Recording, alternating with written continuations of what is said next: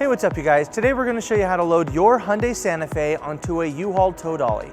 Now your Santa Fe may slightly differ from the one we're using in this video, but let's start by prepping our towing vehicle and our tow dolly. First, make sure that the towing vehicle is in park with the parking brake set. Double check the trailer's wiring harness, coupler, and safety chains to make sure that they are securely attached to the towing vehicle. Fully extend both ramps at the rear of the dolly.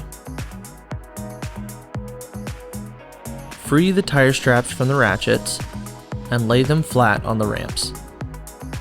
Next, fold the ratchet handle down. Then repeat on the other side. Center the vehicle to be loaded behind the car dolly. While loading the vehicle, drive slowly and have an observer make sure the front of the vehicle does not hit the ramps. During the loading process, have your guide stand off to the side. Continue slowly up the ramps until the vehicle's tires come to rest against the stops at the front of the dolly. Vehicle should be centered on the platform. If it is off to one side, you need to offload and reposition. Once loaded, the towed vehicle needs to have the steering wheel locked.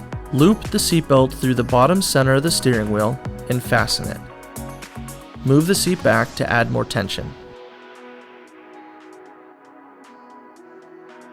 Next, position the straps up and over the front tires, making sure that they are centered over the tire. Move each strap ratchet left or right to align it with the center of the tire. Route the straps through the slot of the ratchet spool, making sure at least 6 inches of the strap passes through the spool. Tighten the ratchet, folding the handle down when done. Then repeat on the other side. Finish securing the vehicle by fastening the security chains to the frame or other structural member of the vehicle.